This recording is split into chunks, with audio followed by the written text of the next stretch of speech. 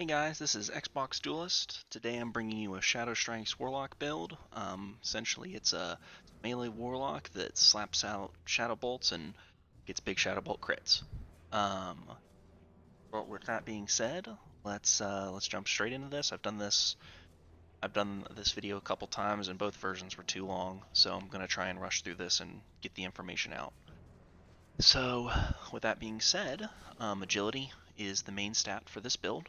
If you run Master of Shadows, you must take agility. If you don't take it Master of Shadows with this build and you go with something else, you can do strength, you can do intellect, but if you run Master of Shadows, you've got to do agility. Your initial rolls for the build are Sinister Strike, Shadowbolt, Corruption, and Life Tap. Hit a rest so my guy gets all his mana back. Um, the abilities you need are Rupture, Shadow Form, Garrote, and Eviscerate. Those are really big. Um, Again, Rupture, Garrote, Eviscerate, Shadow Form. Shadow Form is the most important. Rupture is the second, and then Eviscerate and Garrote are kind of tied. With that being said, though, you kind of want to try and get a couple extra abilities. Shadow Fury is really big.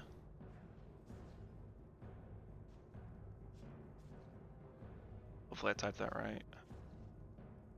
So Shadow Fury gives you an instant cast AoE ability and it gives you a stun as well, so that's just really nice for your build. It's very cohesive. Shadowburn or Soul Drain. Those are really important. Is it Soulburn? Shadowburn. Yeah, Shadowburn. Shadowburn or Soul Drain. Those are really important. There is a build you can do with Shadowburn. I don't recommend it. There's the Unstable Void RE. I'll let you look that up yourself. It's the Unstable Void RE. It boosts your Destruction ability critical strike chance, but I find that it's a bit more trouble than it's worth because it takes up too much irritation because you've got to be hitting Sinister Strike so often. Um, I highly suggest the Fell Hunter. I think the Fell Hunter is a fantastic pet. It gives you an intellect buff. It gives you a kick. It gives you a purge, and it gives you just bonus damage because the pet's hitting stuff as well. So really nice. I recommend it. Seal of Wisdom is really fantastic. Rain of Fire is really good too. I do suggest the Rain of Fire RE. I think it's called Firestorm that makes it to where it can be cast and then you can keep fighting while Rain of Fire goes off. So that's really good. The REs I highly suggest. Master of Shadows, really suggest that. You hit Sinister Strike a lot. It boosts up your damage quite a bit. It's what you want for the build. I could go into why it's good, but it just takes up too much time in the video. I'm trying to keep this short and sweet. Just know Master of Shadows is really good for this build. There is an alternate legendary RE you can take. I think it's called Pure Shadow that makes it to where every 10 Shadow Bolts your Shadow Fury does bonus damage, which I want to try. I just haven't gotten Shadow Fury yet, so just something for you guys to be aware of.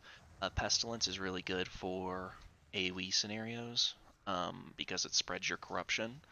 So for AoE, I take Pestilence or just any good at Shadow cohesive AoE ability. Once I get Shadow Fury, I'll probably adjust the build a little bit, but for now, I take What We Do in the Shadows. It just gives you 10% bonus shadow damage, so it's really nice.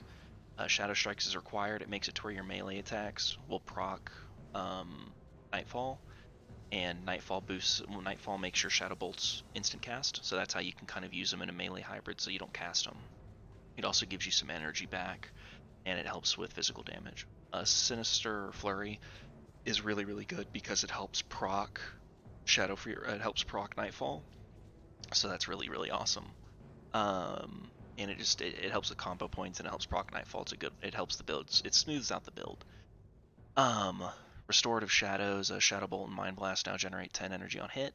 That's fantastic. I just take 2 of those because it's just every Shadowbolt gives me 20 energy, so that's great. Vigor, that's really important, just extra energy, because with this build you'll find yourself overcapping too often if you're not careful, just because the Shadowbolts give so much energy. Uh, Corruption and Shadowbolt damage is increased when you have Rupture on the target. That's Corrupted Wounds. That's really important for this build. Mental Quickness, really important. It just boosts your spell damage. And then Stab in the Dark, it just boosts your Shadowbolt damage.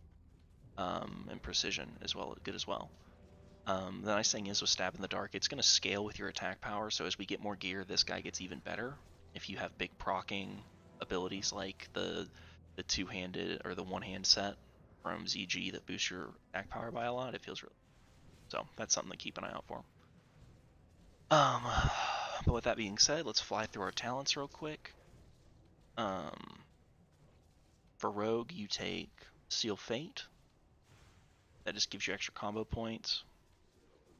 For combat, if you only take aggression, and you can swap it around a little bit. This is just kind of what I've taken. Only take aggression if you have Seal of Wisdom.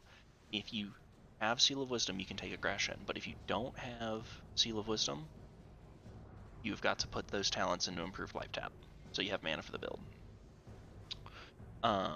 So Seal Fate, or if you run Shadowburn, you really probably have to take life tap as well because it just eats up so much mana.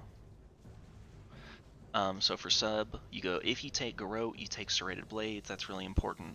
And then Honor Among Thieves is really important for your combo point generation. So really, really important that you take those. It also makes your regular abilities grant combo points for like little hybrid builds that use some rogue abilities but rely on combo points. For enhancement, you take Thundering Strikes. It boosts your critical strike chance, increases your Shadowbolt critical strike chance, which is really important. Only if you're taking, so for the gear on this, you can take Shaman gear, or enhancement Shaman gear, Hunter or Rogue gear. If you take Hunter or enhancement Shaman gear, or at least Hunter gear that has intellect on it, mental dexterity is fantastic because you can go all agility or you can go agility and int. And if you're going the path of like int with agility and int, you take this, which is how my character is geared. Agility int, agility int, agility int, agility int. So you're like getting the idea. You're running shaman gear, you take that, it boosts up your int, and it also makes your intellect work a little bit better. Mental quickness is really, really good. It just boosts up your spell damage by a percentage of your attack power.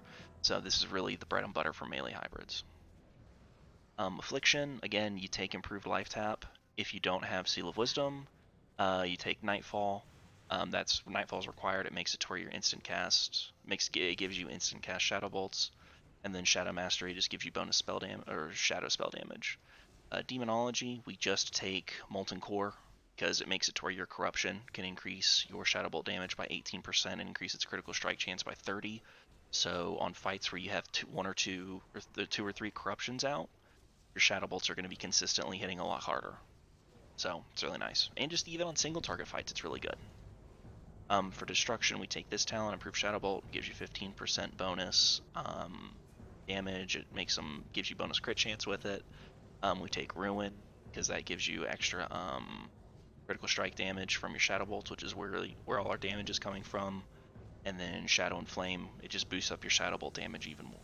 So all we're doing with this build is we're boosting our Shadowbolts as hard as we can, and we're making it to where Sinister Strike can be used reliably and give us critical strikes.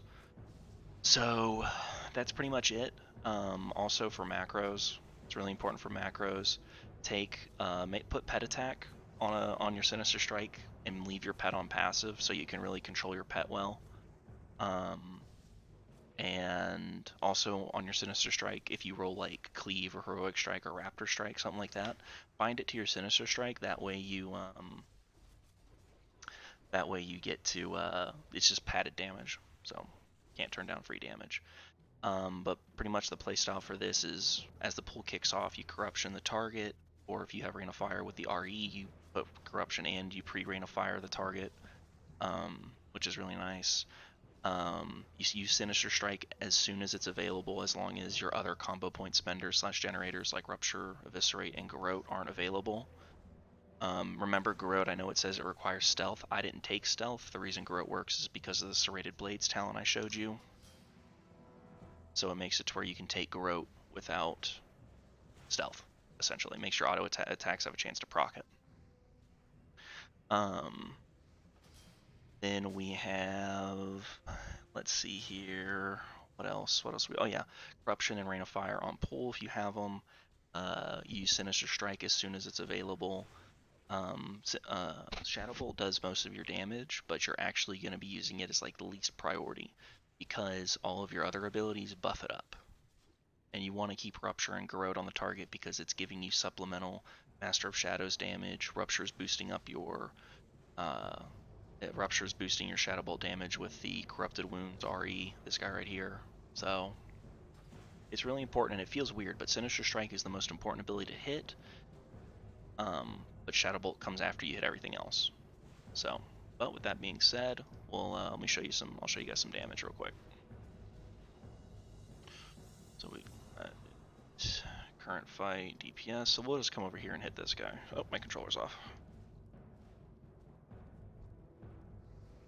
All right, so we've got. Uh-oh, my controller died. Oh, gotta plug my controller up. Man, every time I've recorded this video, something has gone wrong. Let me plug my controller up. All right, here we go. All right, we have power, boys. So what this is going to look like is just right here.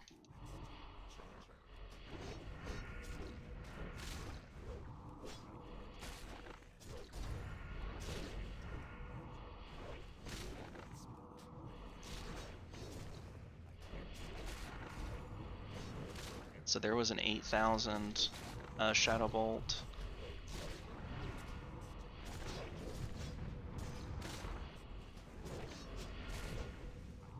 So yeah, right now we're hovering around 2,500 and item level 67, so we could do a little bit better. Sometimes the crits are with us, sometimes they aren't, but you just gotta keep on hitting.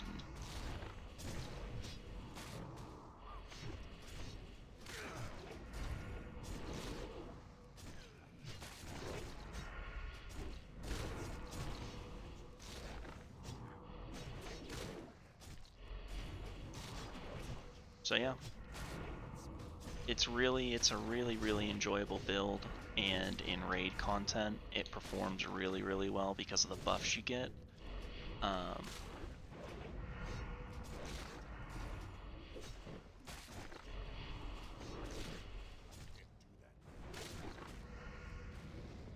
And all it takes sometimes is a big Shadowbolt, and you're off to the races.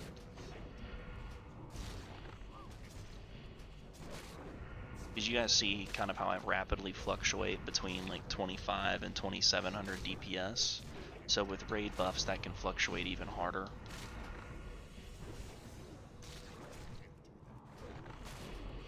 So we're just hitting really big Shadowbolts.